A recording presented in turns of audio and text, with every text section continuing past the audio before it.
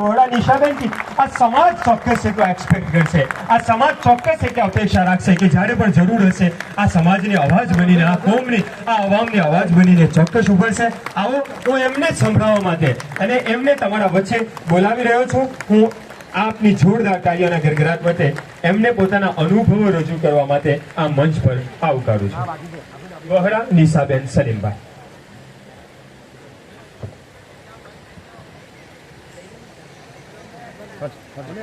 Single પાર્લો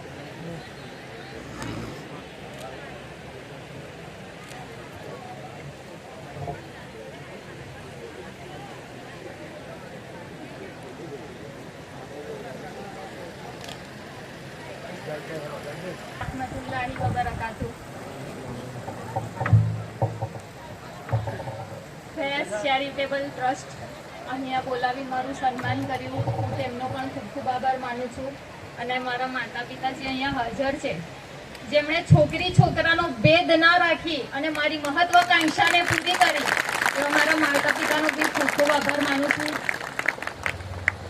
हम युवा देश की ताकत है, परिवर्तन लाकर मानेंगे, कर देंगे ऐसे काम जिन्हें सब मिल का पत्थर जानेंगे, करस्तार नहीं होगा ये वतन सहस्त्र वर्षों तक, क्योंकि नव भारत को दुनिया वाले चिड़ियों का नाम से जानेंगे. મારું નામ નિશા સલીમભાઈ વોરા છે. હું એક આણંદ જિલ્લાની પ્રથમ છોકરી જે ડીવાયએસપી તરીકે હમણાં સિલેક્ટ થઈ. અને હું સમાજને એક મેસેજ, હું રાષ્ટ્રપતિ એવોર્ડથી સન્માનિત છું, પ્રાઇમ મિનિસ્ટર એવોર્ડથી સન્માનિત, ચીફ મિનિસ્ટર એવોર્ડથી સન્માનિત, ટોટલ 150 ગોલ્ડ મેડલથી સન્માનિત. ઓ માશાઅલ્લાહ. 26 મને પ્રાઇમ મિનિસ્ટર સરના હાથથી એવોર્ડ મળે, પણ હું અમુક કારણ એવું હોય તો ત્યાં દિલ્હી જઈ શકી નહીં, તો કુરિયર ઘરે આવ્યું. અલ્હમ્દુલિલ્લાહ મેં એવી કન્ડિશનમાં સ્ટડી કરી છે જ્યારે 105 સ્ટુડન્ટનું દિવસે ટ્યુશન કરાવતી હતી અને રાત્રે રીડિંગ કરતી હતી. 105 સ્ટુડન્ટનું ટ્યુશનની ફી આવે ને એની મારી બુકો આવતી હતી, ત્યારે મારી ફાઇનાન્સ કન્ડિશન સારી નથી. એવામાં મેં કોઈ ક્લાસીસ નહીં કર્યા. હું બધા અધિકારીઓના કોન્ટેક્ટમાં રહી અને મને કરવું તું જ. પેલું નહીં કહેતા, જેબ में गांधी हो या ना हो लेकिन दिल में एक आंधी होनी चाहिए. વાહ ભાઈ વાહ વાહ વાહ. એવી રીતે મેં જો આજ મેં લખી રાખ્યું છે કે જેબ में ભલે ગાંધી हो या ना हो लेकिन મારા દિલમાં એક આંધી હતી જ. મેં હમણાં યુપીએસસી એક્ઝામ ક્રેક કરી, પ્રિલિમ્સ મેન્સ બેવ ક્રેક થઈ ગઈ. 28 તારીખે ઇન્ટરવ્યુ છે. મારા માટે ખાસ કરીને દુઆ કરજો કે હું આઈએસ અધિકારી બનીને તમારી સામે આવું. અને दीनी दुनिया साथे तरक्की लो. इल्म इंसान की शान है, इल्म से ही वकार मिल्लत है, इल्म और दीन की रोशनी से आगे बढ़े क्योंकि दोनों अल्लाह की रहमत है.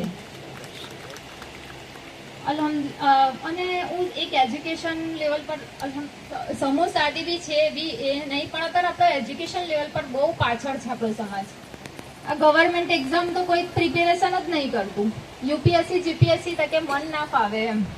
કેટલાક લોકોને મેં હેલ્પિંગ કર્યું છે તો વાંચવું કેવી રીતે એવું મન પૂછે. પોતાનો પ્રશ્ન છે વાંચવું કેવી રીતે એવું. મેં મારા પપ્પાનો એક્સિડન્ટ થયો હતો, એટલે મારા જે કમાનારા હતા કફતર્સ હતા, એક્સિડન્ટ થયો હતો, બીકોમમાં હતી.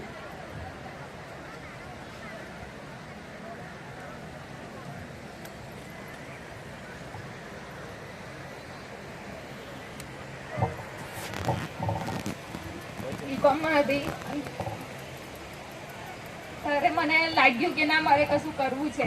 ત્યારે મારું 15 દિવસમાં રિઝલ્ટ આવ્યું. ત્યારે મેં જીપીએસસી ક્લાસ